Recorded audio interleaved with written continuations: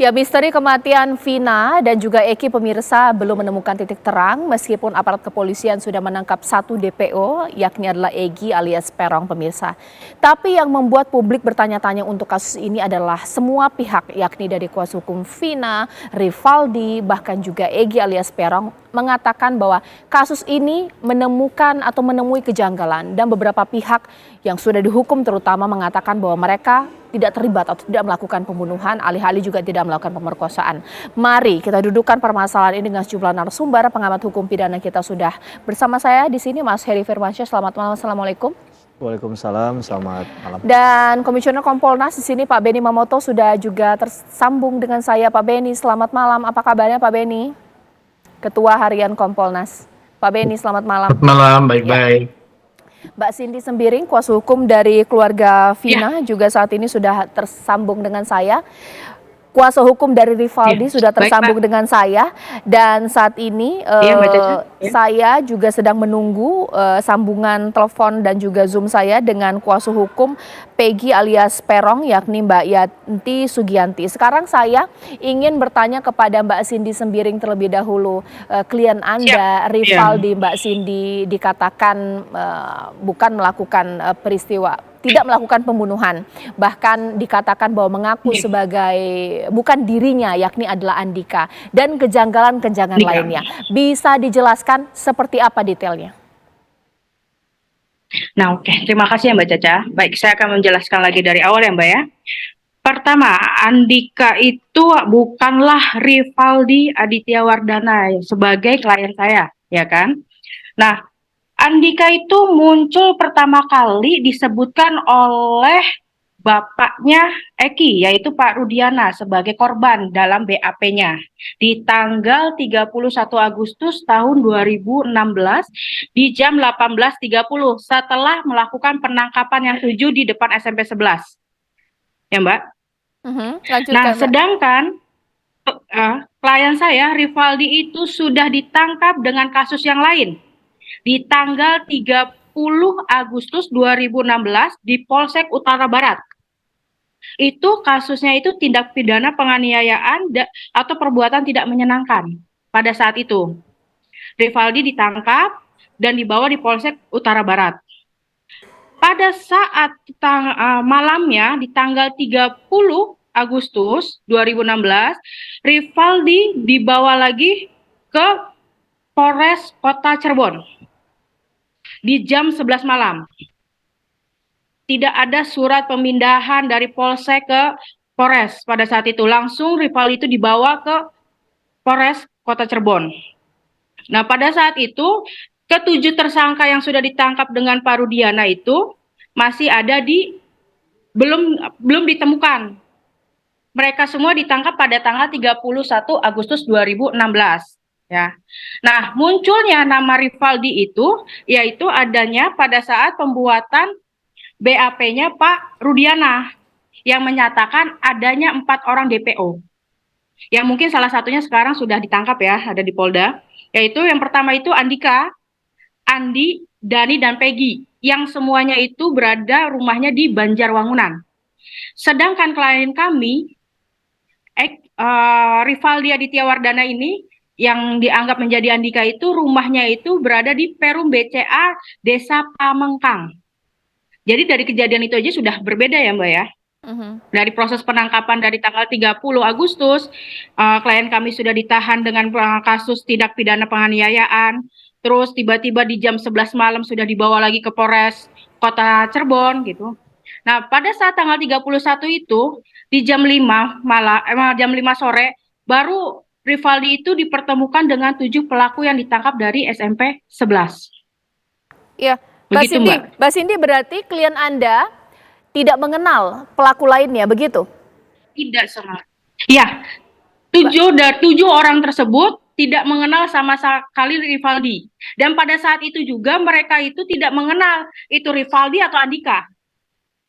Penemuan nama Andika itu adalah pada saat mereka di BAP diarahkan bahwa si Rivaldi itu namanya Andika. termasuk pihak kepolisian pun mungkin ya Mbak, itu tidak mengetahui bahwa yang di dalam satu sel itu namanya Rivaldi. Yang mereka tahu karena sudah adanya BAP yang keluar sebelumnya dari saksi ya bukan Pak Rudiana, 4 orang itu maka dianggap Rivaldi itu adalah Andika. Seperti itu Mbak. Mbak Cindy, saya sedikit bingung. Lantas BAP yang ditandatangani oleh klien Anda ini isinya apa sih? Apakah menegaskan bahwa klien Anda melakukan penusukan karena dia juga sangkut pautnya dengan kasus senjata tajam atau bagaimana? Sebenarnya semua BAP itu tidak pernah ditandatangani oleh klien kami. Klien kami itu menolak untuk menandatangani BAP. Baik. Dari awal klien kami tidak pernah menandatangani BAP. Dan saat ini juga klien kami itu tidak ada surat penangkapan untuk kasus ini ya, untuk kasus Vina dan Eki, pembunuhan ini. Adapun klien saya itu menandatangani untuk penangkapan yang tindak pidana penganiayaan di Polsek Utara Barat. Oke, sekarang saya tanyakan kepada Pak Benny Mamoto. Pak Benny Mamoto, salah tidak ini Pak? Ada prosedur yang salah tidak ketika di sini Mbak Cindy mengatakan kliennya tidak menandatangani BAP, tidak ada surat penangkapan dia untuk kasus lain, Pak Benny? Ya, dengan bergulirnya kasus ini ternyata banyak hal yang terungkap dan diungkapkan. Ini menarik sekali tentunya buat kami selaku pengawas eksternal, dan tentunya karena saya juga mantan penyidik, dulu kerjanya nyidik, ini kami akan cermati betul klaim-klaim dan komplain-komplain dari via pengacara, via keluarga. Ini menjadi catatan kami ketika nanti kami turun untuk melakukan supervisi. Dalam kasus Subang, pembunuhan ibu dan anak, kami 3 kali turun, gelar perkara sampai dengan menyaksikan langsung rekonstruksi. Dan di kasus Subang menariknya, ternyata terbukti ada obstruction of justice. Dan itu juga diproses. Oleh sebab itu, terima kasih atas masukannya. Dan kami dari Kompolnas akan menampung semua yang disampaikan. Dan ini menjadi dasar kami ketika kami nanti turun. Mengecek satu persatu. Seperti tadi, klaim dari keluarga, motornya disita, nggak tahu kemana. Itu ternyata kami akan pertanyakan. Tanda bukti penyitaan, kemudian tanda terima, dan sebagainya. Termasuk tadi yang disampaikan Ibu Sembiring, menarik sekali. Ketiga tidak mau tidak mau tanda tangan BAP dan sebagainya. Tentunya kami sebagai mantan penyidik mempertanyakan gini, apakah ketika itu sudah melakukan gugatan pra-peradilan untuk menguji sah tidaknya penetapan tersangka, karena di situ akan diuji alat buktinya apa dan sebagainya. Dan saya yakin pada proses pra-peradilan akan terungkap hal-hal yang disampaikan tadi. Keberatan-keberatan pasti akan disampaikan. Nah ini mungkin bisa dijelaskan ya di forum ini, apakah dulu sudah diuji lewat pra-peradilan. Sehingga kalau nanti dikatakan ini salah orang, susah juga ya error Wong Cilik personal, melakukan pra-peradilan ya Pak Benny ya. di pra-peradilan. Baik. Iya. Ya seberapa banyak masyarakat Wong Cilik bisa melakukan pra-peradilan untuk kasus ini. Tapi tidak mengapa nanti kita bahas karena sekarang saya sudah tersambung dengan keluarga yakni ibu dari Peggy, bahkan juga kuasa hukum dari Peggy, Ibu Sugianti. Selamat malam, Assalamualaikum Ibu Kartini dan juga Ibu Sugianti. Selamat malam, Assalamualaikum. Ya, karena didampingi oleh Ibu Sugianti, tapi boleh disambungkan juga kepada Ibu Kartini. Ibu Kartini, saya ingin dengar dari seorang ibu Peggy di sini yang sudah ditangkap oleh aparat kepolisian, dianggap sebagai polisi menangkap karena kapasitasnya sebagai salah satu DPO terkait pembunuhan Vina. Ini bagaimana? Apa yang bisa Ibu sampaikan?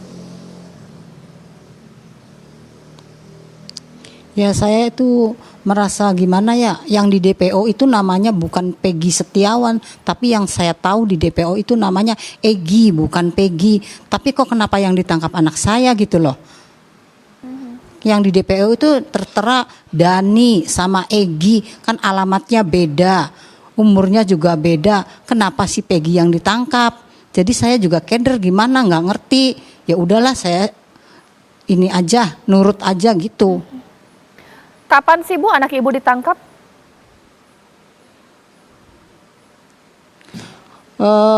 Kemarin lah 21 Mei mau jam 6-an lah di Bandung. Itu proses penangkapannya seperti apa Bu? Saya juga kurang tahu, saya juga dikasih tahu sama sama Bu Yanti. Oh Ibu tidak di rumah ya Bu ya? Iya. Ya. Bu, ini kasus ini kan sudah 8 tahun Ya berlalu. saya di rumah, cuman kan Peggy berada di Bandung. Oh iya. Bu, ini kan kasus Ya. sudah 8 tahun berlalu.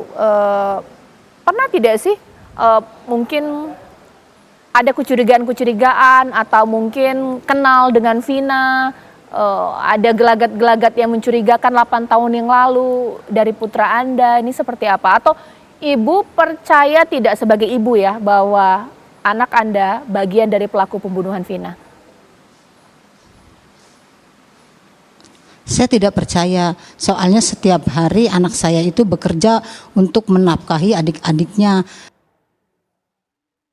Bagaimana sosok anak Ibu di mata Ibu, Bu? Sehari-hari seperti apa?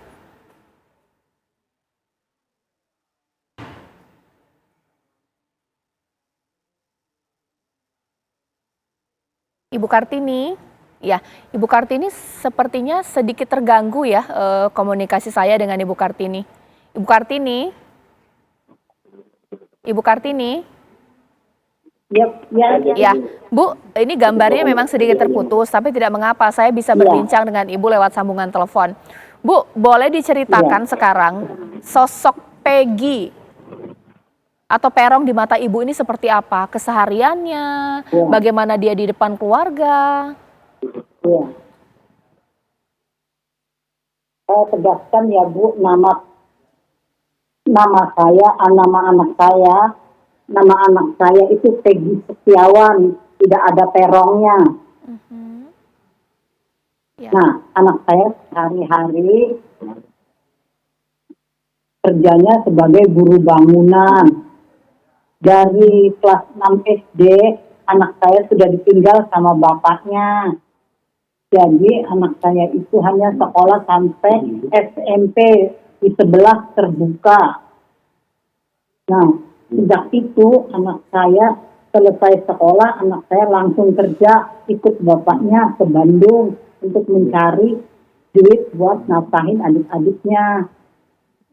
Sampai waktu kejadian pun anak saya tidak ada di tempat. Sedang kerja sama bapaknya di Bandung. Punya banyak teman tidak Bu Kartini? Peggy ini punya banyak teman, tapi kan dia kerjanya di Bandung sih, nggak pernah, jarang pulang ke Cirebon, jadi ya nggak tahu. Ibu dekat dengan anak Ibu, sering ceritakah, curhatkah? Dekat banget, dia sering cerita, Mama, saya itu pengennya ngebahagiain Mama, saya belum pernah ngebahagiain Mama, jadi saya tuh mau kerja buat Mama aja gitu.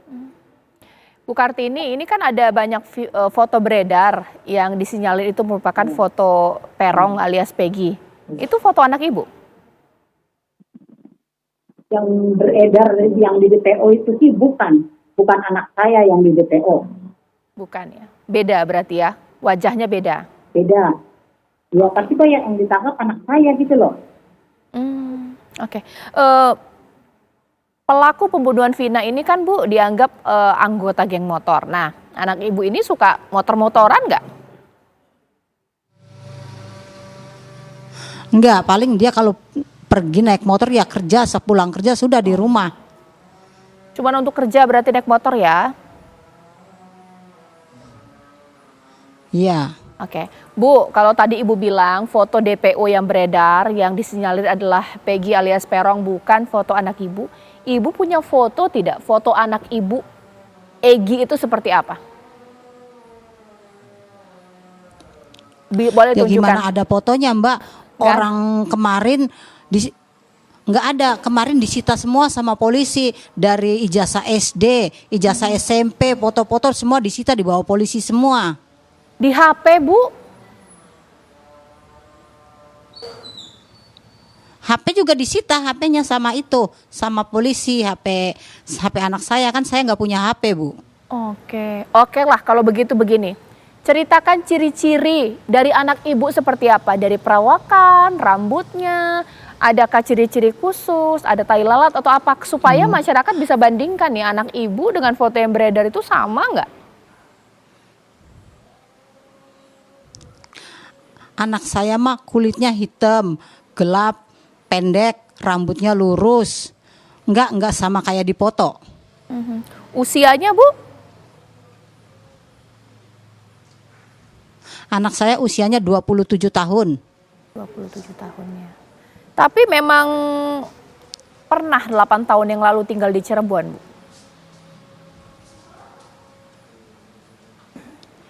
Delapan tahun yang lalu, ya waktu Desember kerjanya selesai pulang. Terus ada kerjaan berangkat lagi. Berapa lama waktu itu, Bu? Tinggal di Cirebon tuh berapa lama? Ya paling kurang lebih 1 tahun lah. 1 tahun ya. Itu tinggal dengan siapa, Bu? Sama saya di rumah, sama nenek. Rame-rame. Jadi saya tuh satu rumah tuh 4 keluarga. Oke. Nah, mohon maaf saya tanyakan ya Bu ya, tapi ini untuk membuat masyarakat supaya tidak penasaran. Nah, hari-hari 8 tahun yang lalu tinggal di Cirebon, tinggal bersama dengan Ibu, sering keluar malam, sering bergaul atau ada tidak hal-hal yang seperti itu, Bu?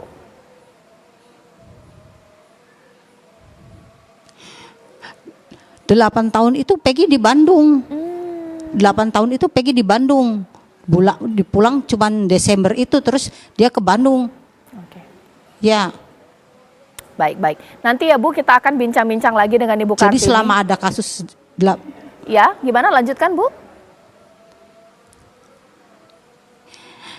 sejak ada kasus itu tuh Peggy itu lagi ada di Bandung, udah kerja selama 3 bulan sampai akhir Desember kerjaan selesai Peggy baru pulang. Sesudah Peggy pulang ada kerjaan lagi dia berangkat lagi gitu, Bu. Oh berarti kalau pulang itu berapa lama biasanya Bu? Sebulan kah? Seminggu kah? Ya selesai kerjaan, seselesainya kerjaan dia pulang. Lah kalau ada lagi berangkat. Nah iya waktu pulangnya itu berapa lama gitu di rumah? Ya nggak lama sih, paling 2 mingguan berangkat lagi. Baik, saya sudah menangkap. Nanti Bu ya, nanti kita akan bincang-bincang lagi untuk melihat ini dari perspektif Ibu seperti apa atas kasus ini. Saya juga nanti akan ke Mas Heri kalau ada hal yang dikeluhkan dari beberapa kuasa hukum di sini. Dari Mbak Cindy salah satunya, kliennya tidak menandatangani BAP, tidak melakukan apa yang dituduhkan. Berbeda sekali apa yang diyakini dengan yang dituduhkan, bahkan juga tuntutan. Ini salah tidak? Seperti apa? Di Apa Kabar Indonesia Malam. Ya, kembali di Apa Kabar Indonesia Malam. Sekarang saya ke Mas Heri. Mas Heri, ada 2 statement yang kita kutip tadi dari kuasa hukum Rivaldi, bahkan juga dari Ibu Peggy Setiawan ini sendiri. Ini melihat ini menjadi sebuah kejanggalan yang mengatakan bahwa ada hal yang salah dalam penangkapan atau bagaimana? Saya coba merangkum 2 pertanyaan tadi ya, Mbak Caca ya, bahwa poin pertama memang dalam hal ada terjadi berita acara pemeriksaan terhadap tersangka itu kan disodorkan nanti oleh penyidik setelah mereka melakukan katakanlah interogasi ya. Itu dituangkan dalam satu dokumen surat. Nah nanti akan diberikan kepada yang bersangkutan untuk dibaca kembali, Mbak Caca. Apa tujuan dibaca kembali tadi? Untuk memastikan apakah benar itu adalah jawabannya dan dia mengetahui isi tersebut. Dan memahami maksudnya. Dan jadi ketika dia selesai memberikan jawaban tersebut, di akhirnya akan dibubuhkan paraf di setiap halaman. Baru di ujungnya nanti akan disimpulkan melalui tanda tangan. Berarti dia sudah benar-benar mengetahui, benar-benar memastikan bahwa itulah keterangan yang sebenar-benarnya. Karena di situ penyidik tidak berusaha untuk ikut aktif mengarahkan ataupun membuat satu statement yang intinya menyudutkan seseorang untuk memberikan keterangan di luar dari kebebasannya dia. Jadi memang itu adalah kebebasan untuk menyampaikan apa yang dia ketahui, apa yang dia alami, peristiwa pidana yang diketahui dalam konteks itu. Itu poin pertamanya.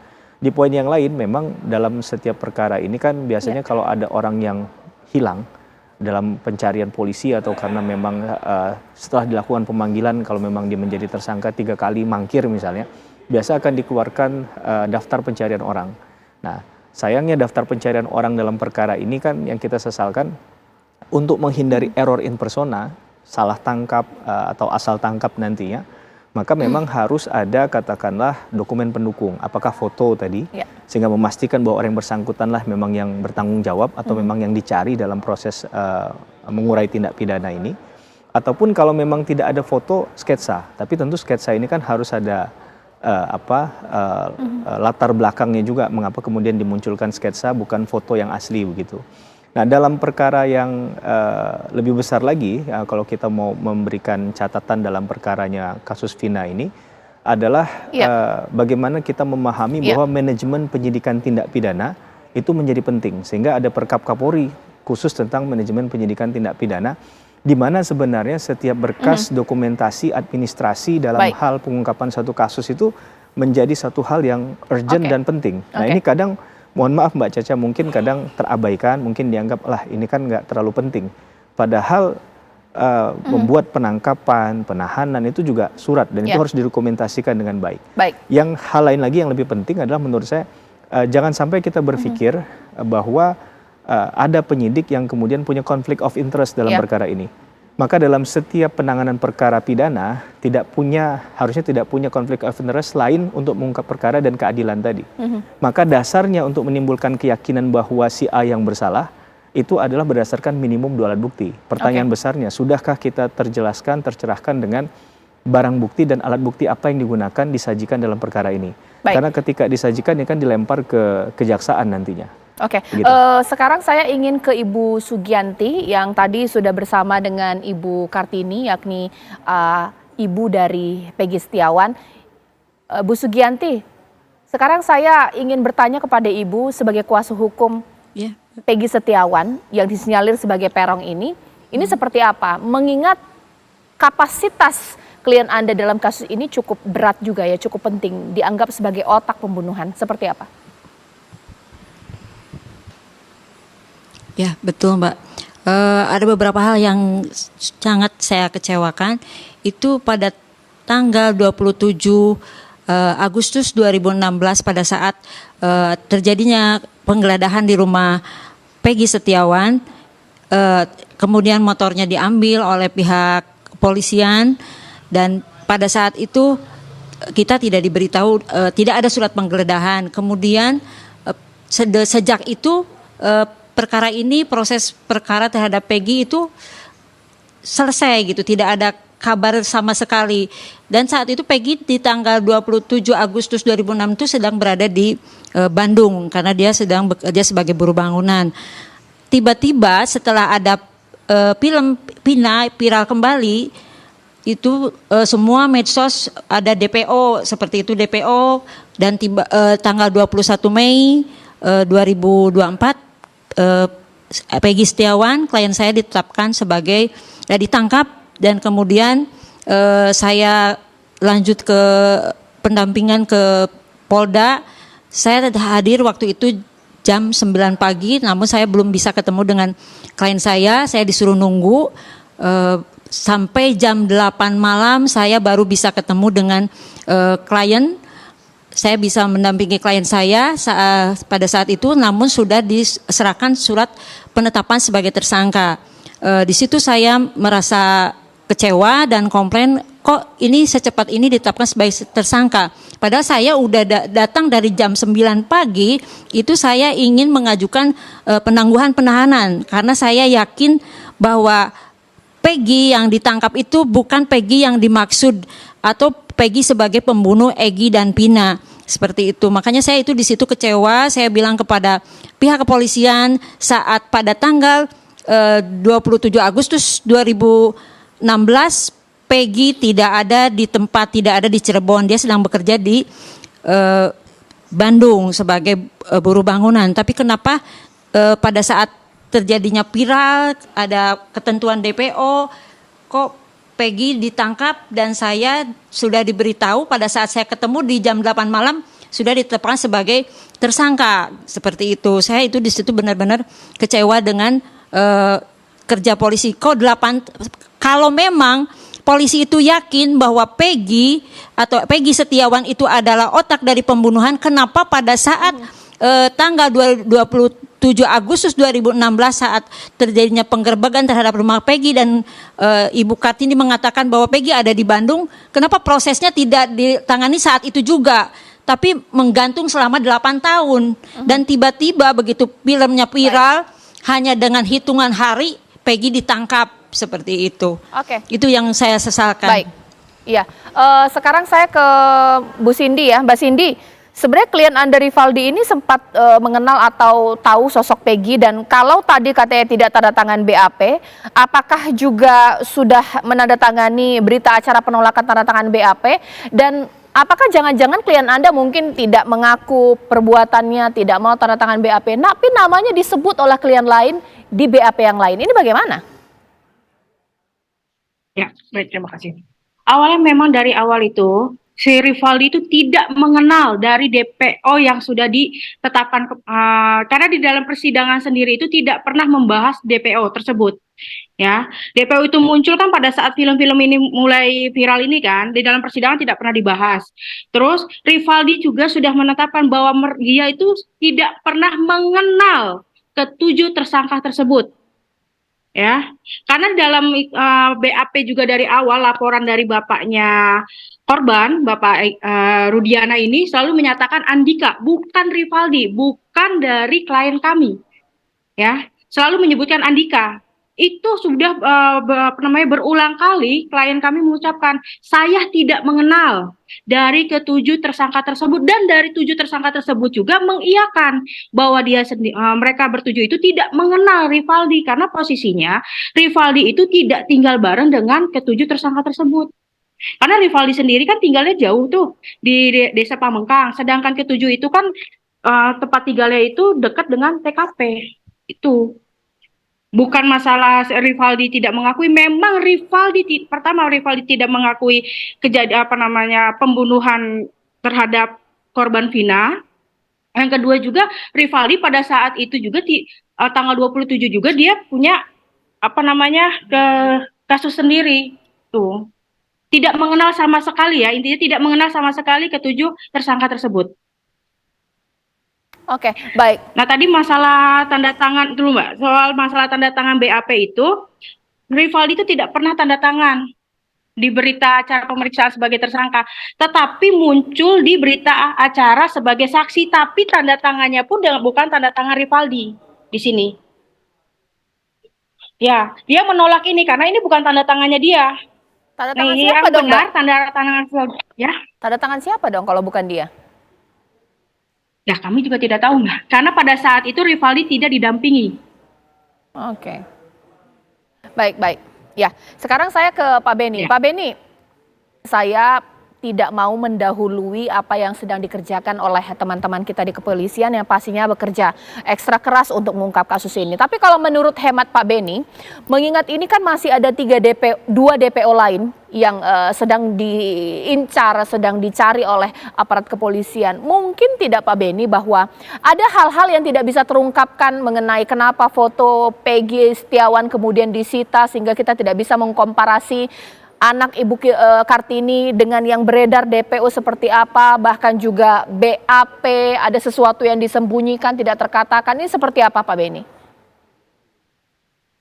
Yang pertama, marilah kita sama-sama memisahkan ya proses yang terjadi sebelum ini, di mana di awal proses penyidikan sendiri ada hal-hal yang menurut kami kelemahan-kelemahan ya, khususnya soal pendekatan secara scientific crime investigation, soal pemeriksaan DNA, CCTV, kemudian pembuatan setka wajah dan sebagainya.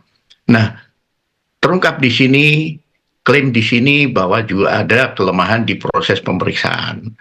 Nah, oleh sebab itu, marilah kita sama-sama mengikuti proses yang mulai berjalan ini, karena timnya ini tim yang berhasil mengungkap kasus Subang.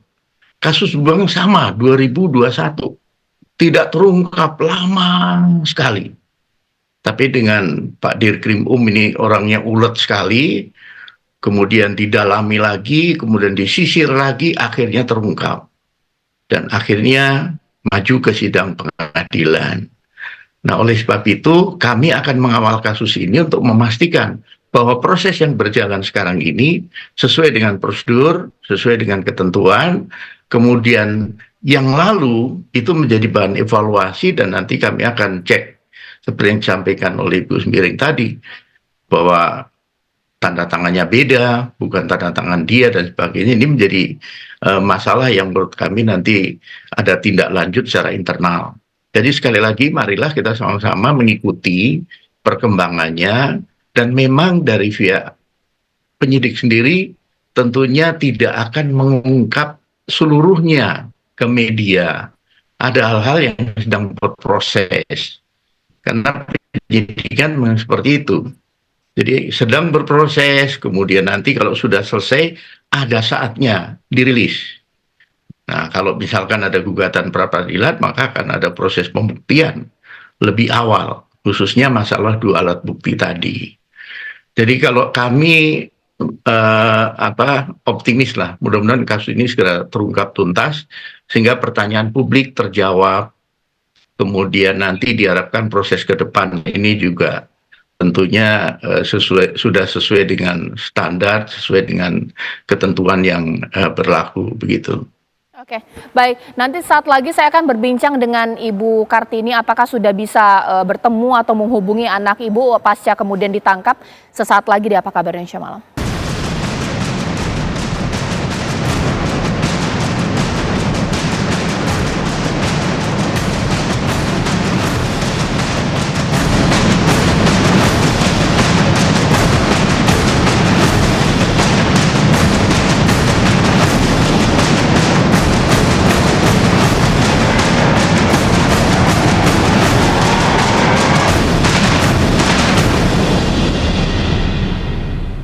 Ya, sebelum kita melakukan judgement secara tendensius, ini kenapa sih susah banget diungkap kasus yang seperti itu dianggap sederhana?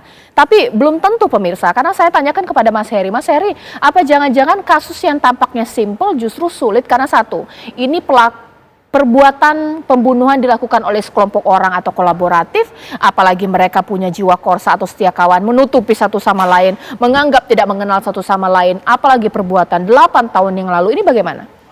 Itu memang menurut saya menambah panjang complicatednya perkara ini. Tapi memang titik poinnya begini Mbak Caca, dalam penanganan perkara itu tidak hanya berbicara tentang kecepatan, speedy saja, tapi harus disertai kehati-hatian dan ketelitian.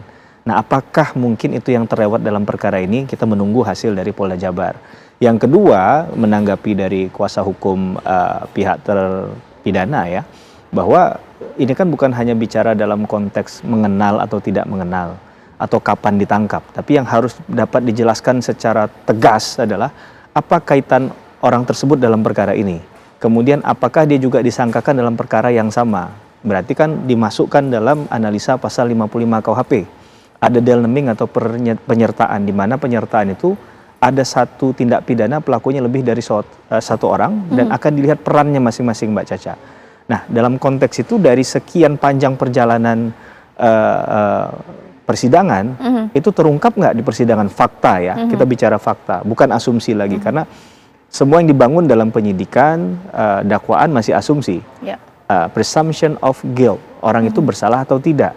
Nah, tentu didasarkan pada minimum 2 alat bukti. Yang di-challenge kan harusnya tadi barang bukti, alat buktinya. Untuk memperkuat mendasarkan apakah benar bahwa orang ini yang harusnya bertanggung jawab atau dia tidak bertanggung jawab. Konsekuensi kalau dia tidak bertanggung jawab, tidak boleh dihukum. Atas nama hukum dia harus dibebaskan. Tapi kalau memang dia yang bertanggung jawab, ya maka proses hukumnya berjalan.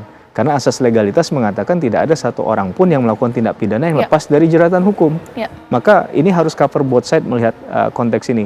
Saya khawatirnya kalau kita hanya menekankan pada kenal atau tidak dikenal, kemudian ditangkapnya lebih dahulu. Ini kan yang harus dijelaskan dalam proses pemeriksaan lebih jauh ya. Gitu.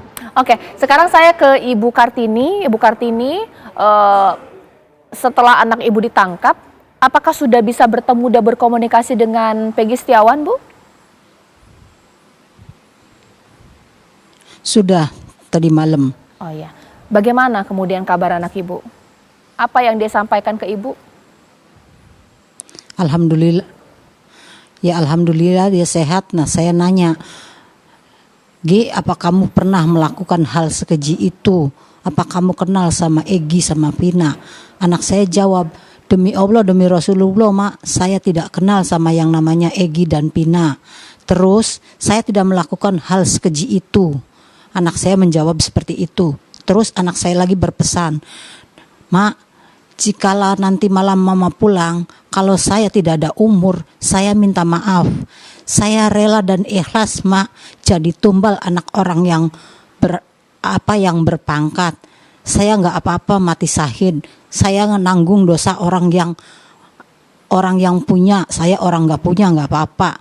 Kalau itu semua tuduhan dijatuhkan kepada saya. Anak saya berpesan begitu. Sampai saya tuh gimana hati seorang ibu, sampai stuck peluk anak saya, sampai nangis saya. Jangan ngomong gitu, Cung. Allah Maha tahu, Allah Maha besar, Allah Maha mendengar apa yang tidak pernah kamu lakukan. Sampai saya memeluk sekencang-kencangnya anak saya waktu saya mau pulang dari Polda ke Cirebon. Saya sakit hatinya mendengar anak saya difitnah segitu kejam. Sedangkan dia adalah tulang punggung keluarga saya dari kecil. Adik-adiknya pun yang perempuan yang bontot sampai nangis, dia nggak mau makan, nggak apa salah AA orang baik, kenapa AA difitnah segitu kejam. Tapi polisi tetap tidak percaya kalau si Peggy lah yang pelaku utamanya.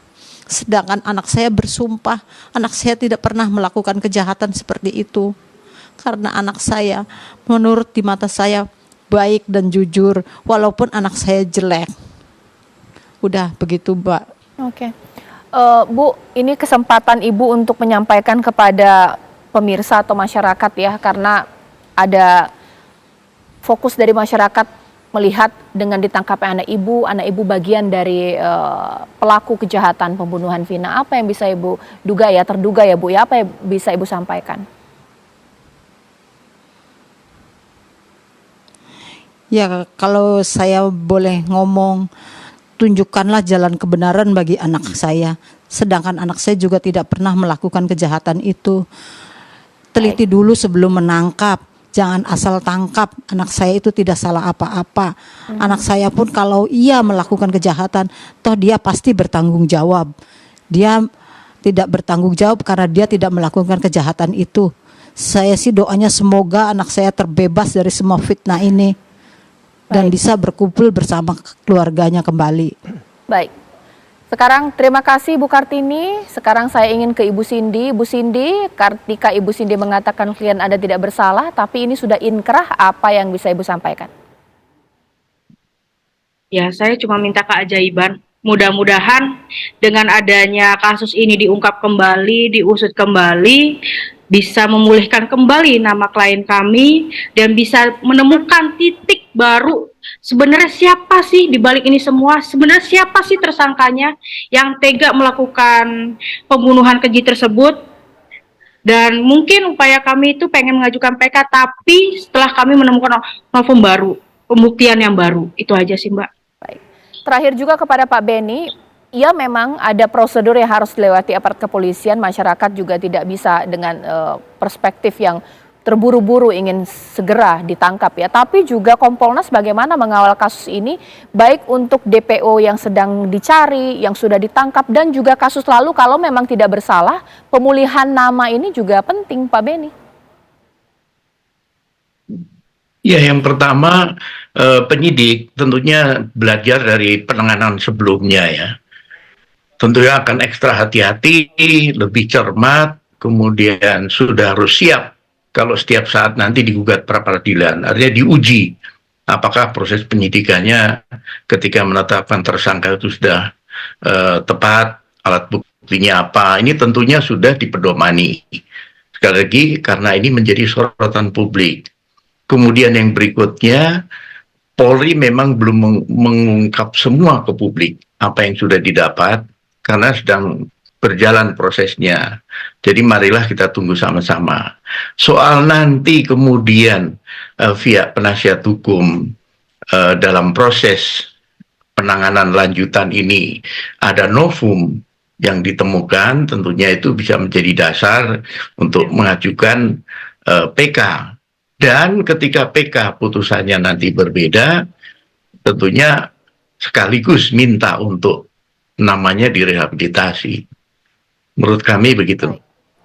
Terima kasih Pak Beni Mamoto, terima kasih Mbak Cindy, terima kasih Bu Kartini, Bu Sugianti, dan juga Mas Heri. Kita tunggu bagaimana aparat kepolisian bergerak cepat dan pastinya tepat, sehingga kemudian jangan ada dugaan salah tangkap yang dialamatkan untuk kasus ini.